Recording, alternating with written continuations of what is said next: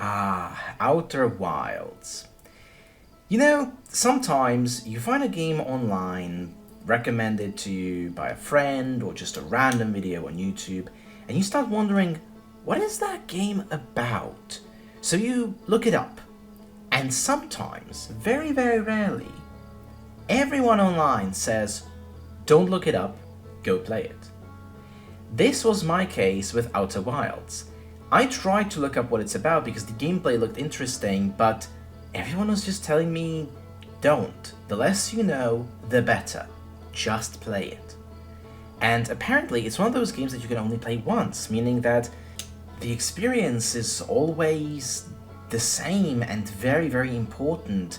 You must really have that first look on the game, not see it for the second time after watching countless videos. So that's what I did. I bought the game on sale, I jumped right in, knowing absolutely nothing, and wow, it was amazing. The game starts off on this planet known as Timber Hearth, and you are a Hearthian, part of the Hearthian space program. And basically, this entire area serves as a bit of a tutorial, and it's really, really smart, as you're basically supposed to get launch codes from the observatory. But on the way to the observatory, there are various characters that you can talk to that teach you the basics of the game. For example, flying this spaceship model around the little town or village so you know what it's like to fly the actual thing. Or for example, you train with your little scout, and so on. So there are so many nice things that introduce you to the game, but you can totally skip those theoretically if you want to. And I think that's part of the charm, really. The world is not constraining you, it's not really telling you what to do, it's just showing you a direction, and whether or not you go in it, that's up to you. One of the things that the tutorial taught me was how to use the signal scope. Apparently, the signal scope is a way for me to kinda listen to various signals out there in space, and there are these two kids who want to play hide and seek with you, and, well, that's how you train to use it. And again, very, very cool way to actually showcase how it works. After fighting the two rascals, the game introduces you to ghost matter. Basically, this almost invisible substance that is usually floating around these crystals, and apparently that really, really hurts to touch. Now, ghost matter can only be seen through the scout, however, your sort of HUD also warns you that you are near ghost matter. But it's quite interesting because this is another mechanic that is really, really interesting and that the game sort of informs you about. Probably the most unexpected part, however, was the anti-gravity training. Basically, obviously moving in zero gravity is difficult. So this entire planet has like this hollowed out cave with some spinning device that you are sent to fix. And let me tell you, this was my first time actually feeling dread in this game. And that's something I want to address a little bit later, because this game is a little bit terrifying. I mean, it's massive, it's big, and most of the things can and will cause your demise. So just flying around with nothing to hold on to in complete darkness? Yeah, that was a little bit scary. But oh boy, I had no idea what this game had in store for me yet. Once done with all the necessary training, I finally made my way to the observatory, and here the game sort of tells you all sorts of stuff. Including the fact that there used to be this ancient civilization known as the Nomai, and nobody really understands where they went. There are tons of mysteries still unresolved about this particular solar system. Now, the interesting thing is that you apparently are the first person to be sent to space with a Nomai translator. So you'll actually figure out what the Nomai were doing here, where they went, and so on. The very interesting thing about this is that when you truly think about it, yeah, this is actually really, really important, because without it, you wouldn't even know what the game is about. So, one more lesson in the nature of this universe later, I headed out, got my launch codes, and then this happened. The statue turned to me, and apparently that was what the Nomai looked like. And then it opened its eye, and I saw images of what I used to do, mostly talking to this guy right at the camp. I had no idea what just happened. I would eventually figure it out, but for now, I was mighty confused. Since nobody was really able to help me out, I decided to, well, launch into space. And let me tell you, that feeling of launching for the first time is incredible. The ship also had a very nice interior. I kind of like this whole wooden design. Pretty sure a spaceship would not behave this way, but then again, the planets are incredibly small and you can actually walk around them in a span of a couple of minutes. There is also a very cool system of a ship log, where your character writes everything they've learned in a nice format, where it essentially summarizes. You can also see what places that you visited still have some extra info there, so you know where to go and you wouldn't really get lost. And that's really, really cool. It felt like I was about to resolve some big mystery. I didn't yet know how big of a mystery, but man, was I excited. Well, for my first journey, I decided that the moon would probably be the best. There were lots of planets, but I had no idea what to even look for on them. So I thought, hey, why not start with something small and go to the moon? I think only after landing on the moon did I figure out just how crazy this universe was. Being able to see everything, the stars, hear the different songs that people played. Wow, it was quite something. And yeah, I actually listened to a lot of the music, read some of the logs, but overall the moon didn't really seem all that interesting. I found this whistling dude and talked to him, and there are all sorts of Harthians everywhere, and you can just, ask them stuff and they tell you curious tidbits. And let me just tell you, the music in this game, oh my god, it is so beautiful.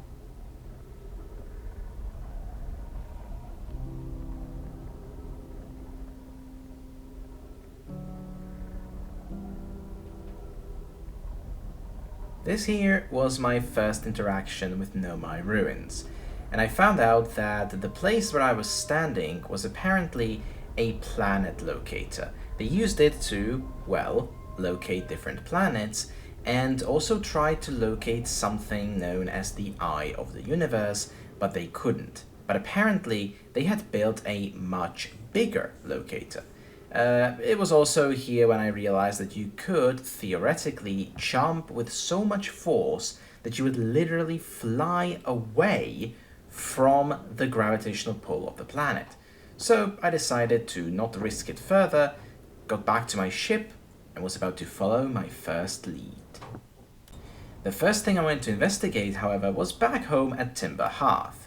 You see, there was something I wanted to investigate first and foremost, and that was this mysterious signal, because apparently there was a sound coming from this weird place back home, and as it turned out, this massive seed had landed here and sprouted roots. And, well, that certainly meant a problem. On the first glance, that would not be something friendly, and I had a very bad feeling about it. Launched my scout inside, though, and found something truly terrifying. A space full of roots and a massive anglerfish, and, well, just everything so big, so scary. It was bigger on the inside, and wow, I had no idea how to get there, but boy, this terrified me. The idea that this was one of those mysteries I have to solve was, wow, really something. Now, my next destination was the Brittle Hollow, but I was already sort of running out of time. And I know that you probably know what that means, but in case you don't, well, in both cases, I'm just gonna let the clip speak for itself. I think it's pretty damn cool. Very gently. Okay. We've made it. So, this is the North Pole. Wow, look at that. Oh, but wait, where's the moon? Okay, hopefully nowhere. So we need to... Yeah, the gravity here is nothing to scoff at. We need to get to the South Pole. Or is this the South Pole? I don't know. Let's just have a look at the pole. Because this looks more like south to me. But I don't know.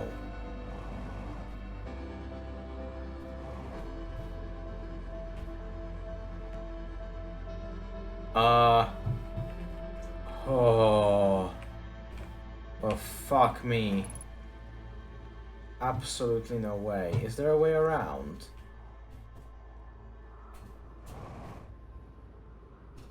There is, and that indeed looks... That indeed looks like... What the fuck?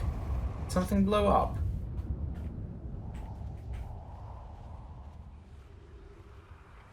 Did our sun just fucking blow up?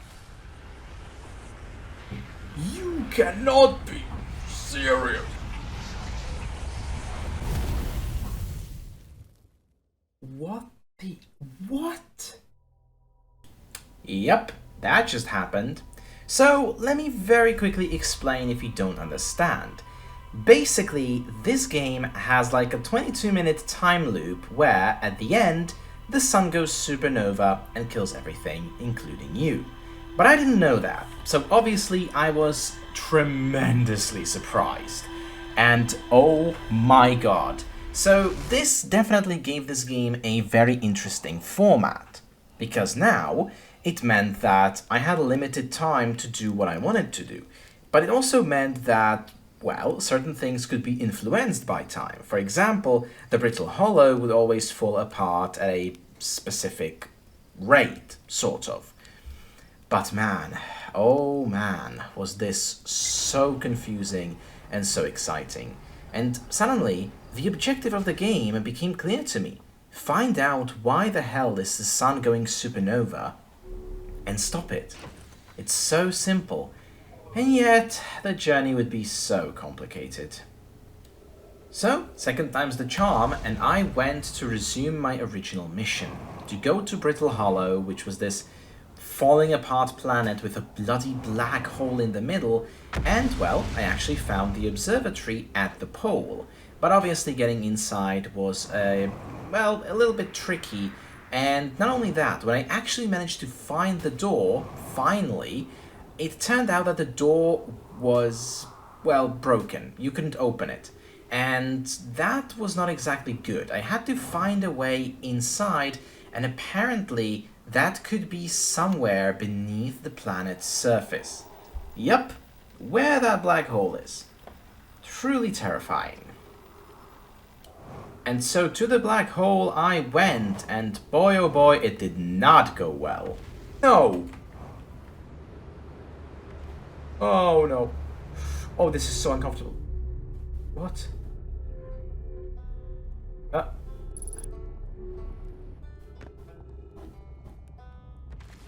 I've been caught? I've been saved? So, as it turns out, I just somehow managed to fall into this gravity well, and I was about to meet, well, Rebak, a really good banjo player, and, well, of course I obtained some information from him, but still, I had to get to the observatory, somehow. My journey was far from over, and it just got more complicated. So the first stop on my journey was the Quantum Knowledge Tower. Now this place was unfortunately broken. You couldn't really walk all the way up, but there was still some knowledge to be found here. You see, at the very top of this place, I learned about, well, one of the quantum rules. Basically, there are these quantum objects, and if you are observing them, well, they are essentially following the rules of Schrödinger's cat.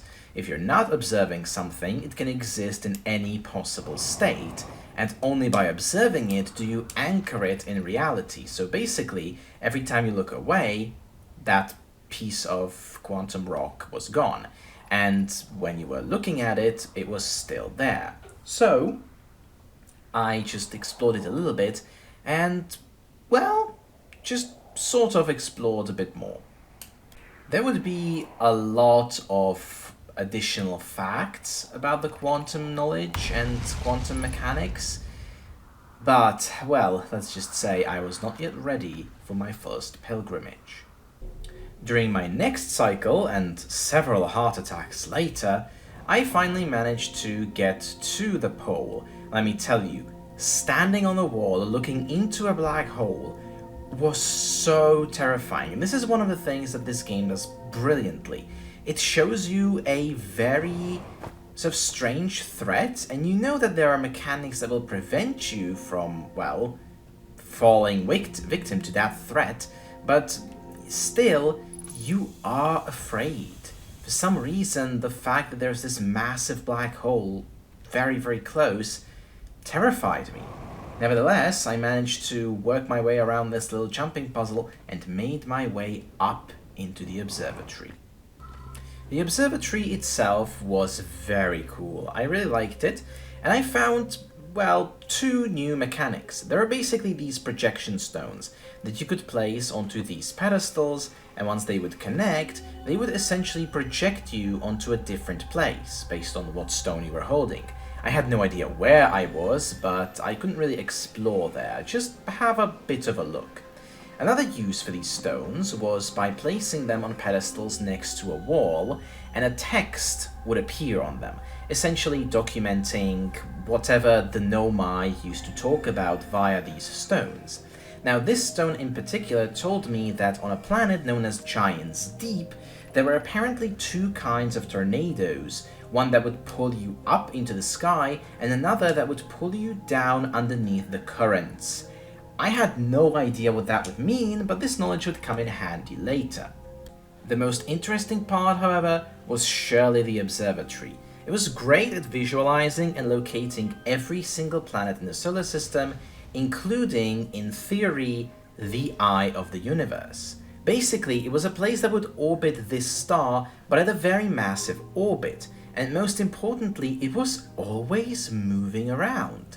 So the locator didn't really work. It was capable of saying, yeah, it's somewhere here in this solar system, but, well, we don't really know exactly where it is, and finding it would be absolutely ridiculous.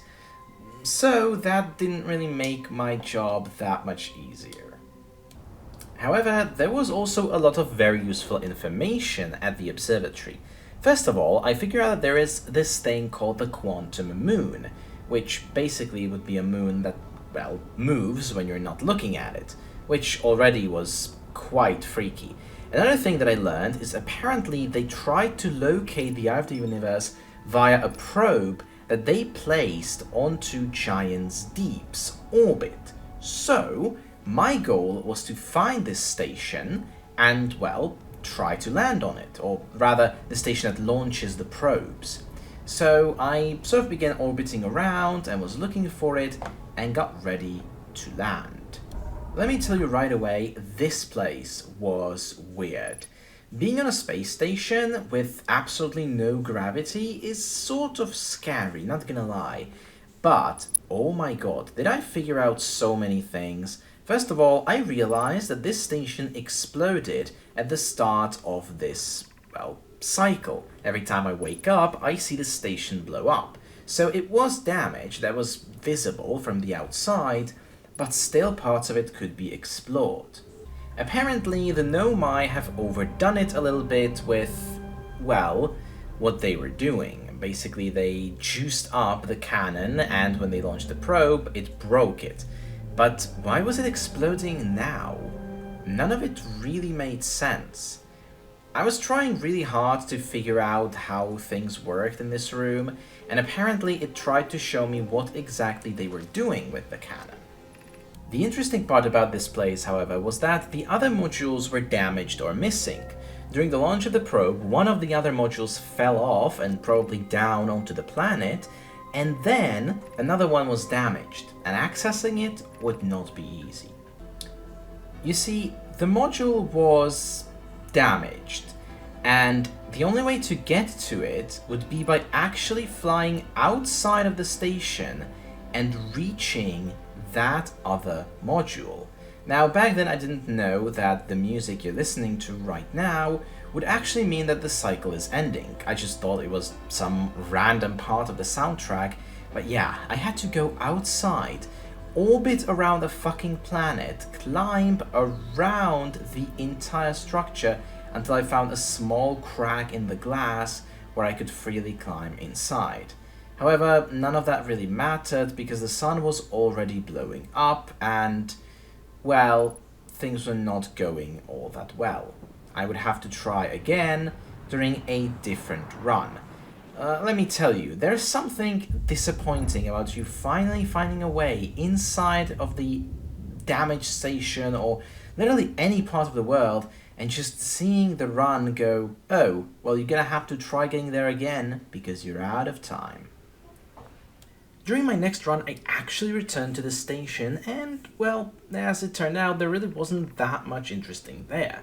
Some lore, but most importantly, it confirmed my previous hypotheses. When they launched the probe, they broke the cannon because they used too much power. And, well, there was also another thing. I found a new projection stone, and, well, when I put it in, I saw this. I had no idea what I was even looking at, because back then, I didn't fully realize just how deep the broken module would sink. But this place, it looked terrifying. Darkness everywhere, nothing but lightning and some weird coral. Whatever I was looking for, it confused me. Since I kind of figured out that the last module would be down on the planet, I decided to finally descend and have a look at what Giant's Deep would look like. I was not ready. I passed through the atmosphere and oh my god, the place was insane. Tornadoes everywhere, dark sky, pretty much permanent rain and water everywhere, only a few islands here and there floating.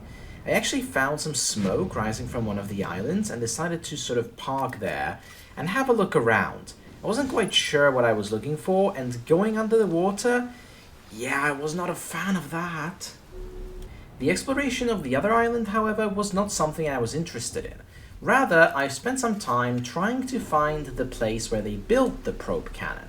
I've seen this place before on some of the projection stones, and most importantly, this was the place that the Nomai have talked about in their logs. And, well, I didn't really find anything all that interesting. However, things were sort of, well, they were not clicking for me. I saw countless Nomai corpses. Why were they here? What exactly was I looking for? They built the probe cannon to look for the Eye of the Universe, but it seems like they had nothing but problems with it. And why was it breaking at the start of the cycle? Nothing really made sense, and I was ultimately really confused. So I wasn't really sure what to do. Yeah. This is what we've already read and what we've already seen. Yeah, this is the observatory.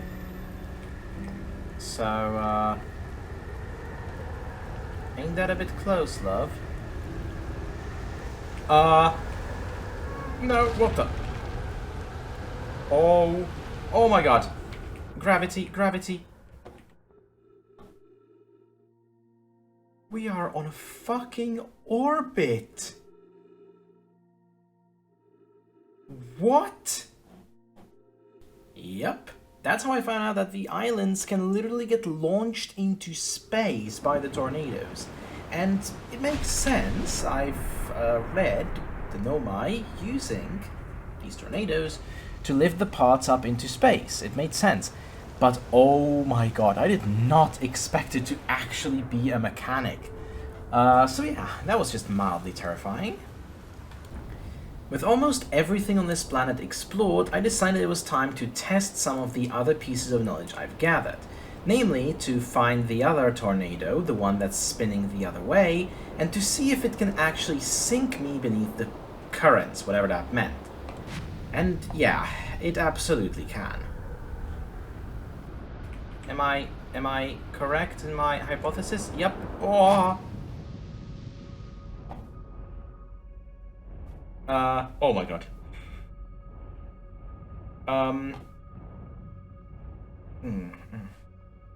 Is it too late to mention that I have the thalassophobia? What if I go in there? That's gonna hurt. That's certainly gonna hurt. There's jellyfish. Hello. Hello, Jello. Are you aggressive?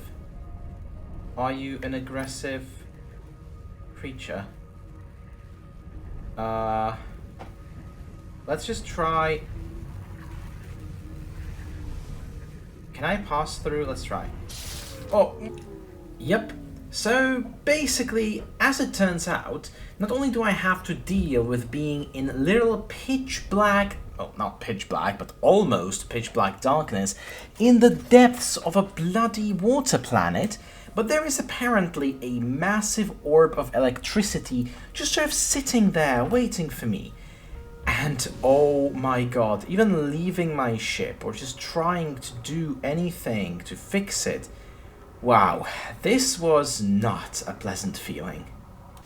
Freshly traumatized, I decided to pay a visit to one of the other islands, the one where I actually saw fire and smoke coming out of it, and, well, I actually found another member of the Outer Wilds Ventures.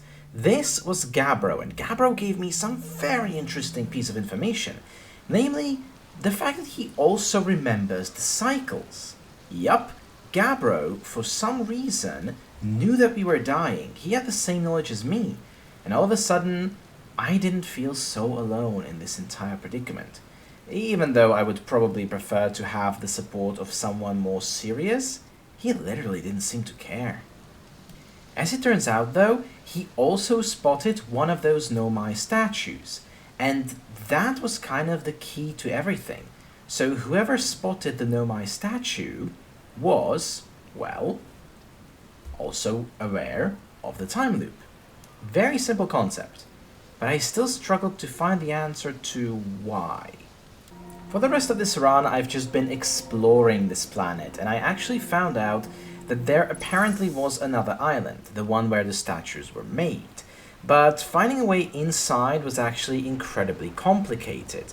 Namely, the doors were broken once again, and I had to find a way inside, and I actually found some Nomai text of some children or youngsters speculating that they could get there through some other secret entrance. And, well, let's just say that it didn't exactly take a genius to figure it out. I looked down through this little grate and found out, you know, since there's water in the lab, can't I just swim there? And then that cursed music started once again. The sun was exploding, the cycle was ending, and I'd have to get here all over again. A brand new cycle and a brand new beginning. I headed back to Giant's Deep, but then I noticed something strange. Giant's Deep never had a moon. And then I figured it out. That thing? That was the quantum moon. The one that jumps between planets, the one that the Nomai were talking about. And I want it there. I already figured out how the quantum laws work. All I really have to do is just look at it and it will not disappear. So I just made sure to keep it in my sight at all times, and then it was time to descend. But I didn't really know yet what, well, let's just say it would be quite a bit of a problem. I tried launching my scout through the moon, but that didn't exactly work. It kept pulling me closer, and my scout didn't return any info. It was just complete static. Anxious, I decided to land, and well, see for yourself. Yep, the moon just disappeared. Turns out that it's actually really hard to keep looking at it because its atmosphere literally obstructs your vision and makes it disappear. Quite disappointed, I decided to simply give up on the moon for now and to keep exploring the Giant's Deep, because there were still many mysteries I wanted to unfold. Where I expected answers, I got nothing but more questions. As it turns out, the Nomai and the statues, it was all a bit complicated. The statues could indeed send memories back in time, so it wasn't technically a time loop. It was a thing that just kept happening, but I just kept remembering all the other lives of my essentially potential future selves. However, there was also one additional information. The entire thing that transferred those memories was a so-called Ash Twin project, and that was a big mystery. What the hell was this Ash Twin? And how did it connect to everything else? It felt like I had even more questions than answers. And then I found one of those Ash Twin stones, those projection stones, and I decided to take it into the projection chamber. And what the fuck did I see? So let's put it down here. Okay, that is creepy. What the absolute fuck? 1, 2, 3. So one of these masks is mine. One of them is for Gabbro, who also saw a mask. But there is one more mask, and I bet that one more mask belongs to whoever is an Ash Twin project and is causing all. I formed a whole new theory. What if the entire thing with the sun and everything was actually another surviving Nomai that was somehow operating the entire Ash Twin project? Well, my biggest clue was the fact that 3 masks were active, and I only knew of 2 people who saw the statues. Could there be a Nomai that was still alive? Maybe a Nomai who killed their entire species? An ultimate traitor? I was really feeling hyped. Whoever this Nomai was, he was my enemy, and I had to figure out how to stop them. I was completely confused. I hit a dead end. So I knew that the memories were somehow beamed back. I knew that the Nomai had one more surviving member hiding somewhere in what was called the Ash Twin project, but I had no idea what the Ash Twin was. I had no idea where it was. I had absolutely no idea what to do. And so I decided to give in to my curiosity, because there was one thing I did not understand: the Dark Bramble. It didn't really take a genius to figure out that the Dark Bramble was some big malicious force. I mean, just look at what it looks like. It is literally a planet torn apart by roots. And there was one node that essentially said that inside the seed was a bigger space. And that confused me. Okay, sure, there were the Nomai and the exploding sun, and most likely a Nomai who was causing it. But how did the Dark Bramble fit into all of this? What was that place? What was inside? I was confused, and so I decided to pay that place a visit and explore its depths. Let me tell you that this place takes the #1 spot on the most creepy list. Immediately when I saw those lights, I figured out that the big anglerfish bones that I saw when I first launched my probe through the seed would most likely mean that these lights would be the anglerfish, and sure enough, I was right. I did not wish to risk it, so I just literally kept scouting and looking into endless mist and thorns. This place was gigantic, bigger than anything I have seen before, and most importantly, some of these even had a different color? Everything was so confusing. Eventually though, I figured out that I still have one clue on where to go, and that's the fact that there is a harmonica sound coming from one of these little lights, which apparently are seeds that allow us to travel deeper into the Dark Bramble. So this entire thing was pretty much a maze, with some of the fish essentially being there to most likely kill me, and the other nodes being there to send me on a wild goose chase. Basically, I was looking for the node that was making the sound, because whoever was making it would definitely be an ally. Or at least so I hoped. Now this place was tricky, and I really loved this one mechanic. The sound eventually led me to this seed, which was too tiny for me to pass through, but when I threw my scout through it, I found out that I actually had 2 duplicate waypoints from the scout. That meant there were actually two places, or rather two of the seeds that led to where the scout was. So, very simply, I would just have to follow the duplicate signal, and that would lead me to the right exit. And then I finally figured out the secret of this place. Feldspar, a Hathian who was actually, I believe, one of the first scientists and one who actually got lost in space, was actually here, stranded in Dark Bramble all along. And, well, he did sort of give me some tips and told me how he was chased by these fish, but ultimately the most important clue was the fact that he told me that I should check out his old crashed ship. Unfortunately, the ship didn't really have much interesting stuff in it, and, well, it kinda zapped me. But I did notice something very interesting. The ship actually crashed into one of the roots, and the root was actually hollow. And very obviously, that made me curious. Was it hollow for a reason? Or was it hollow just because, well, it was a hollow model? And then I realized nobody would ever make a hollow model. Why would you, if you didn't have to? So there had to be something in here. I hopped out and began exploring the depths of this dark bramble.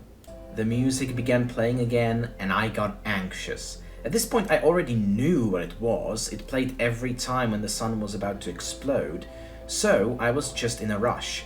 I suddenly found myself in a place with ice and gravity.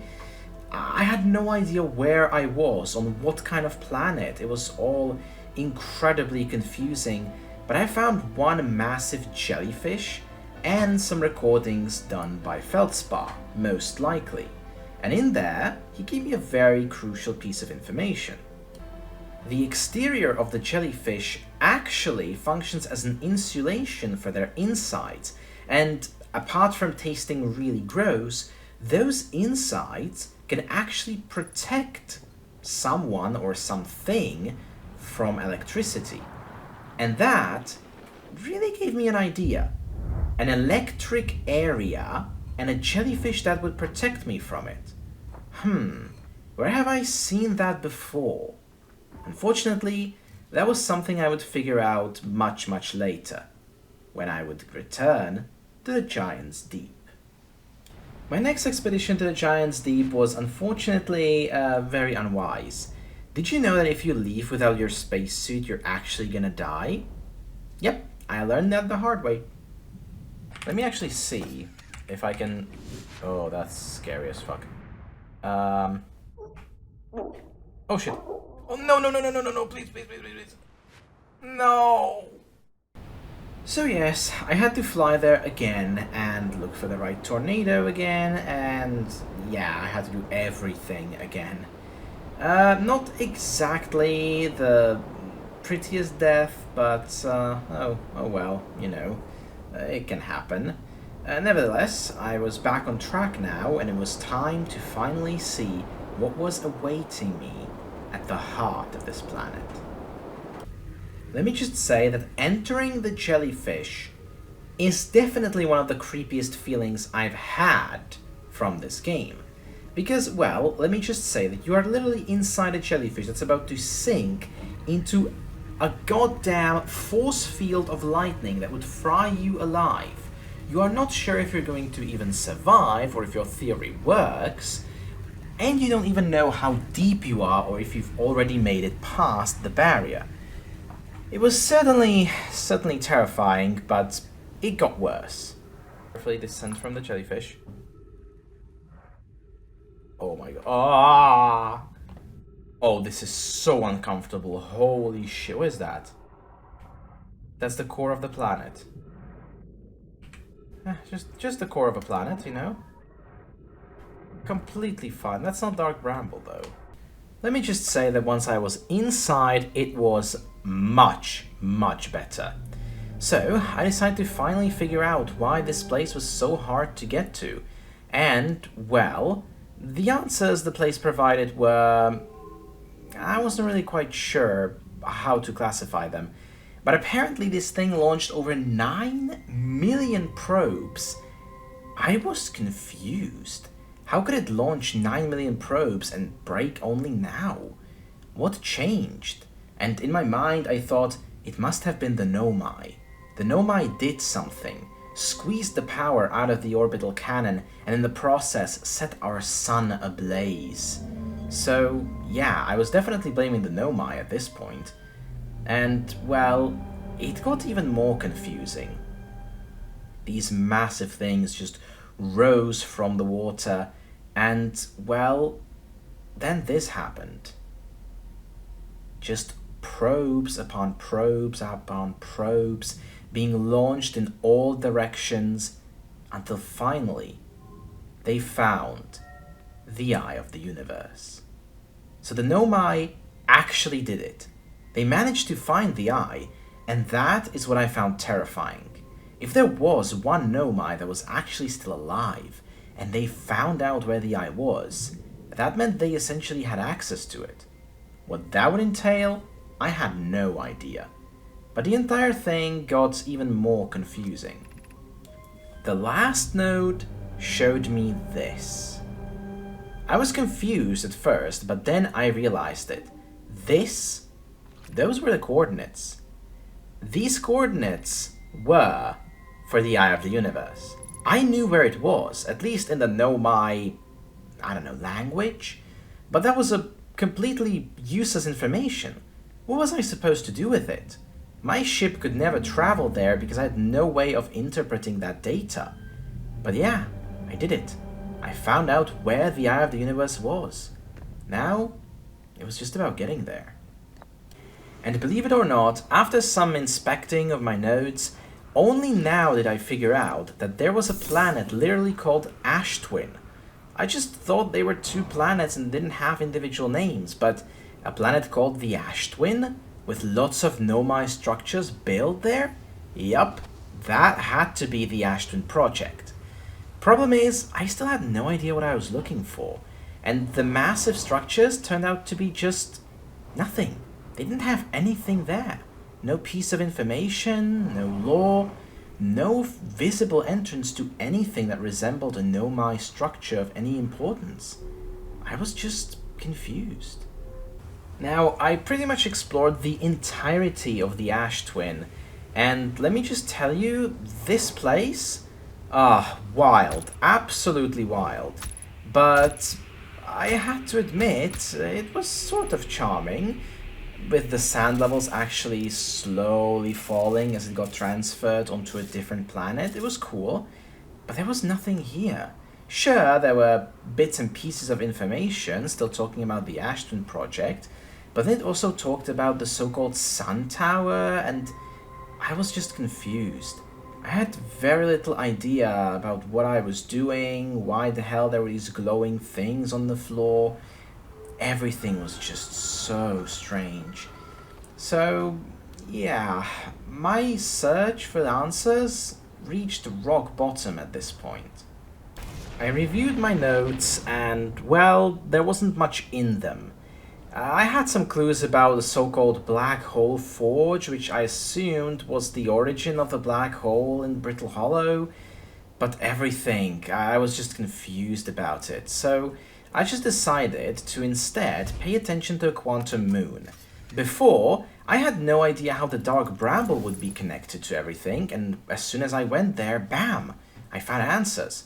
So I thought that maybe by figuring out the quantum moon, I would find answers to the rest of my search, or at least clues that I could somehow use. But before that, I decided to explore Timber Hearth a bit more. After all, it was my home planet and there were still so many things to see. And I did find something amazing, a Nomai mine inside the planet. Now, the mine itself wasn't too interesting. I didn't learn anything super important, except for one super crucial fact. Apparently, the resources from here were actually used to build the outer shell of the Ash Twin project. Apparently, it was inside the planet, or rather around it. Was the Ash Twin pretty much just built by the Nomai? I had so many questions, but that was not important. At least I knew where it was, but how to get there? That would be a different question. Flying to Brittle Hollow to check out on some of the other leads, I actually noticed something very, very strange. Since it just orbited around the sun, I kinda had to fly around it, and then I noticed it. Was this the sun tower? This, well, technically it was a sun station, but I thought I definitely have to land there. That would certainly show me some clues, right? Wait, if the sun station comes back, I wanna try landing on it.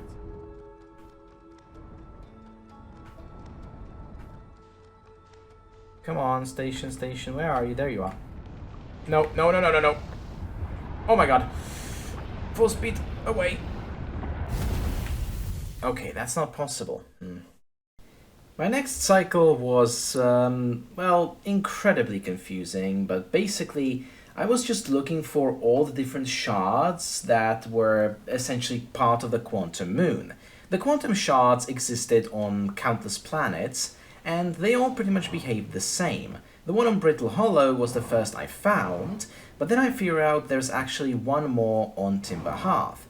And actually, it had one more special property, the fact that it changed everything around it. Everything in that one tiny grove was quantum. Every time you looked away, things were elsewhere. It was interesting, but it still gave me absolutely zero understanding of the quantum moon and a zero ideas as to how should I land on it. And then I got sidetracked, as most great explorers do, because I noticed a white spot in the distance and thought, is that the white hole that some of the Nomai texts were talking about? And sure enough, I did find out that the black hole inside of Brittle Hollow actually leads to a whole different place. A white hole that spits everything out. A weird mechanic, but it's gonna be important later. And apparently there was an entire Nomai station there. This station gave me another very important piece of knowledge. Basically, by rotating the station so that it faces the Brittle Hollow, I could utilize the weird thing on the floor, the glowing purple thing, to actually teleport to the different planet. So these things on the floor were teleports. That was interesting, but I still had so many questions. Where would they all lead? Would they all lead to different planets or somewhere else? Next stop on my hunt for the quantum fluctuations was in Giant's Deep, and apparently there was this massive tornado, bigger than anything else, and whatever I was looking for was behind it. Now obviously the first thing I could think about, approach it from under the water, right? And sure enough, it worked. By utilizing one of those reverse tornadoes to get really down low under the water, I managed to bypass this tornado. Problem? Well, I've been exploring for a long time, reading lots of text and such, and the sun was already exploding. Guess this place would be explored in my next run. And oh boy, I had no idea what this place had in store for me. So this next bit is gonna be a little bit weird, so bear with me. This entire tower, situated at the very pole of Giant's Deep, was apparently dedicated to people who were trying to reach the quantum moon. Basically, it contained a bunch of quantum trials that the Nomai had to pass before they would attempt a pilgrimage to the quantum moon. And, well, me being foolish and thinking I already know everything I need to know, well, I jumped right in. The first trial was just observing objects. That was easy. But then I found this. Observing a quantum object, or the image of it, are two of the same things. And then it finally clicked. This was how I would get to the quantum moon. I would simply take a picture of it and observe the image, and it would be the same as if I was looking at it. And therefore, when I would pass through the atmosphere, I would still be able to see it and it would not disappear. That was the key I needed. But first, I had to complete these trials to get out of there. Let me just tell you that the quantum trials were rough. Understanding things and actually doing them are two different things. Oftentimes, I would accidentally look away or obscure the vision of something, and blam, it was gone. It was definitely not easy, and Schrödinger was one wild motherfucker if he actually knew what he was talking about. But now I had everything. All the knowledge I needed to get to the quantum moon. It was time to figure out how it tied to everything. Finding the moon? Super easy. Did not even have to use any of the locators. I literally just looked over at a different planet and there it was, the extra moon. And now, it was time to test my theory. It's magical. Oh my god, that's magical. Holy shit. That was so cool. Okay. There. I have a picture. So now, I'm flying towards the moon. And oh! Okay. Okay. I'm here. It's not just gonna disappear from under me, right? Nope, it did not. I was actually there on the quantum moon. Everything was changing around me, and all of a sudden, bam! There was a tower.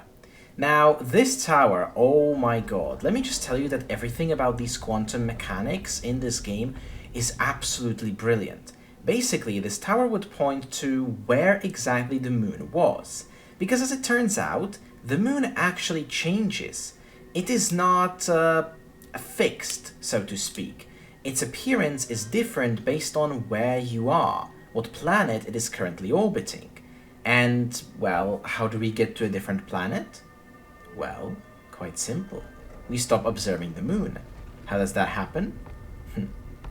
We turn off the lights. When I saw the symbol of the Eye of the Universe somewhere on the wall, I immediately knew that I had to try getting there this way. I kept closing the place and using my flashlight to figure out when exactly I would be there, until finally it clicked. I was there. The Eye of the Universe. Very carefully, I lit the place up and opened the door. And immediately I was disappointed. The Eye of the Universe would, of course, not be that easy to get to. There was nothing but just this massive wall, and I had no idea how to bypass it. Now, let me just tell you that this next bit took me ages to figure out, because as I was just constantly traveling back and forth, trying to figure out if I can explore more of the moon or if there was more to see, I sort of figured out that the towers actually appear on certain places and that you can never really reach the North Pole. Or more or less, I remembered that one of the Nomai texts said that you always arrive on the South Pole, and that got me an idea. Maybe it was about entering on the right planet. So I was just traveling from planet to planet, trying to figure out if one of them would allow me to travel to the North Pole. It was complicated and tedious, and I actually spent like, 1.5 runs just figuring this out. Yeah, the game was starting to get really complicated, and it would only get worse from here. Definitely a bit of a frustrating experience, but I made it. I actually managed to travel to the Eye of the Universe. Everything around me was just eerie. The weird quantum rocks were everywhere. I had no idea what to expect. I just walked down this very narrow corridor. I wondered what would happen if I were to fly up now. Would I be at the Eye of the Universe? Because the moon would most likely be orbiting it, right? I had no idea what to expect or what I would even see. Was this it? Was this what I was supposed to figure out all time along? I then saw this massive cloud of atmospheric dust just shifting to the sky, and that freaked me out. What would I find underneath? And the answer would be a Nomai. Yup, one living, breathing Nomai was still there. Solanum, who are you? Oh.